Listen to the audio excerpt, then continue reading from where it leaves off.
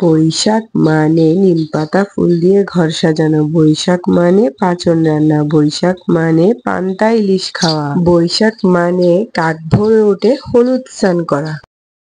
পহেলা বৈশাখে এই নিয়মটাও কিন্তু যথারীতিভাবে আমরা সকলেই পালন করে থাকি। সকালবেলা উঠে হলুদ, ঘাটগিলা, সরিষাটাকে সুন্দরভাবে বেটে নিয়েছি, আর বাবুকেও কিন্তু আমি এই হলুদটা দিয়ে স্নান করিয়ে দিয়েছি। স্নান করিয়ে তারপর তাকে নতুন কাপড় পরিয়ে দিয়েছি। এবার চলে গিয়েছি আমি পুজোর কাজে। যেহেতু সারাদিন অনেকগুলো কাজ থাকবে, তাই ছোট ছোট করে তোমাদের সাথে ভিডিওগুলো, ক্লিপগুলো নিয়ে শেয়ার করার চেষ্টা করেছি। গাছের ফুল দিয়ে ভগবানকে সেবা দিয়ে তারপর চলে গেলাম কিছু কড়ই আর খই ভাজতে, যেহেতু শত্রু কাটবে তাই। আর আগে কিন্তু লল লাড়ু করা হয়ে গিয়েছে, দেখতেই পারছো তার বাবা আর সে কিন্তু শত্রু কেটে এসেছে। এবার আমি কিন্তু লল লাড়ু, খই, আটখড়ই সবকিছু দিয়ে তাদেরকে নাস্তা দিয়ে দিয়েছি। যেহেতু দই চিড়া খই দিয়ে খেতে হয়, তাই আমি আমার বাবুকেও রেডি করে দিয়েছি। সে প্রথমে কিন্তু খেতে চায়নি, পরবর্তীতে আমরা তাকে যখন বুঝিয়েছি তখন সে একটু একটু করে সবকিছু থেকে নিয়েছে। এবার চলে যাব রান্না বান্নার দিকে। আমি কিন্তু সবজিগুলোকে দুভাগে ভাগ করে কেটে নিয়েছি। কচু লতি, কলা, কাঠঠোস, তারা আরো বিভিন্ন প্রকার যে সবজিগুলো সামান্য পরিমাণ নুন হলুদ দিয়ে সেদ্ধ করতে হবে, সেগুলোকে কিন্তু আমি একটা পাত্রে নিয়ে তারপর সুন্দরভাবে আমি লবণ আর হলুদ দিয়ে এইগুলোকে সেদ্ধ করে নেব। পুরোপুরি সেদ্ধ করব না, সামান্য পরিমাণ সেদ্ধ জলটা ফেলে দেব, কারণ অনেকেরই কিন্তু গলা ধরার প্রবলেমটা রয়েছে। আর যেহেতু পাঁচনটা অনেকেই পরিবেশন করা হয়, তাই আমি চেষ্টা করি সবার কথা চিন্তা করে রান্না করার জন্য। আর অন্যভাবে যেই সবজিটা কেটে নিয়েছি দ্বিতীয় ভাগে, সেগুলো কিন্তু কোনোভাবেই সেদ্ধ পানি ফেলতে হবে না। নর্মাল ভাবে আমি সবকিছু নর্মাল পানি দিয়েই সুন্দরভাবে ধুয়ে পরিষ্কার করে নিয়েছি। পাঁচন রান্নার রেসিপিটা কারোর সাথে কারো কিন্তু মেলানো সম্ভব না, কারণ এক একজন এক এক প্রক্রিয়ায় পাঁচনটা রেডি করে থাকে। পাত্রে কিন্তু তেলটা গরম হতে দিয়ে দিয়েছি, আর দিয়ে দিলাম তেজপাতা, শুকনো লঙ্কা, দারচিনি, এলাচি, পাঁচফোড়ন, পেঁয়াজ আর রসুন বাটা। এবার দিয়ে দেব পোস্ত আর বাদাম বাটা,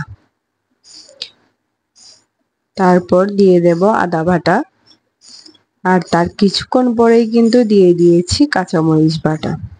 আমি কিন্তু একটু সামান্য পরিমাণ পানি বেশি দিয়ে ব্লেন্ড করেছি, যাতে পরবর্তীতে আর কোনো পানি এড করতে না হয়। মশলার পানি দিয়ে যাতে মশলাটা কষানো হয়ে যায়। আর এবার দিয়ে দিয়েছি কিন্তু নারকেল আর সামান্য পরিমাণ বাদাম বাটা।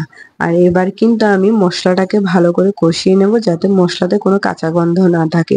দেখতেই পারছো এই পর্যায়ে কিন্তু আমি হলুদ, জিরা, ধনিয়ার গুঁড়া, সামান্য পরিমাণ লবণ দিয়ে ভালো করে মশলাটাকে কিন্তু অনেকক্ষণ ধরে কষিয়ে নিয়েছি। আর উপরে কিন্তু তেলটা অনেকাংশে কিন্তু ভেসে উঠেছে, তোমরা দেখতেই পারছো। আর এই পর্যায়ে কিন্তু আমি সামান্য পরিমাণ শুকনো ভাজা মশলা আর হলো সামান্য পরিমাণ মরিচের গুঁড়ো অ্যাড করে নিয়েছি। ভালো করে যখন মশলাটা কষানো হয়ে গিয়েছে, আমি কিন্তু সবজিগুলো দিয়ে দিয়েছি। আর সবজিগুলোকে কিন্তু আমি সুন্দরভাবে উপর থেকে নিচ, নিচ থেকে উপর সুন্দর করে কষিয়ে নেব। তারপরেই কিন্তু আমি জলটা দিয়ে দেব। এখানে আরেকটা বিষয় বলি, অনেকেই কিন্তু সবজিটাকে ভেজে তারপরে কিন্তু সবজিটা রান্না করে। ডাল দিয়েও অনেকে রান্না করে, আবার বড়া দিয়েও রান্না করে। আমি কিন্তু কাঁচা সবজিটাকে সুন্দরভাবে কষিয়ে নিয়েছি। আরেকটা কথা বলি, আমি কিন্তু জলটা পরিমাণ মতো দিয়ে দিয়েছি। আর আমি কিন্তু কিছু শিমের বিচিও সিদ্ধ করে দিয়ে দিয়েছি, সেটা আর দেখালাম না। এবার কিন্তু আমি সুন্দরভাবে ঢাকনা দিয়ে দিচ্ছি। আর কিছুক্ষণ পরে যখন হয়ে আসবে, তখন তোমাদের সাথে ছোট করে শেয়ার করলাম। এটা কিন্তু পুরোপুরি হয়নি, আরো অনেকক্ষণ হবে। তোমাদের সাথে একটু করে শেয়ার করে নিচ্ছি, কারণ এবার আমি দ্বিতীয় রেসিপিটাও তোমাদের সাথে সামান্যভাবে শেয়ার করার চেষ্টা করেছি। আমি কিন্তু পান্তা ভাত, পেঁয়াজ, কাঁচা লঙ্কা, নুন, পেঁয়াজি, আলু ভর্তা, ইলিশ মাছ, ডিম ভর্তা, জল সবকিছু দিয়ে সুন্দরভাবে পরিবেশন করে দিয়েছি। কাটারি চালের ভাতটাকে খুব ভালো করে ঠান্ডা করে পান্তা ভাত করে তারপর সবকিছু দিয়ে পরিবেশন করি। আমরা বাঙালিরা কিন্তু ভোজন রসিকও এবং মানুষকে খাওয়াতেও খুব পছন্দ করি, তাই কিন্তু শেষ পাতে মিষ্টি দই সবকিছুই ছিল। ধন্যবাদ যারা আমাকে সাপোর্ট করেছে এবং ভালোবাসা দিয়ে যাচ্ছে।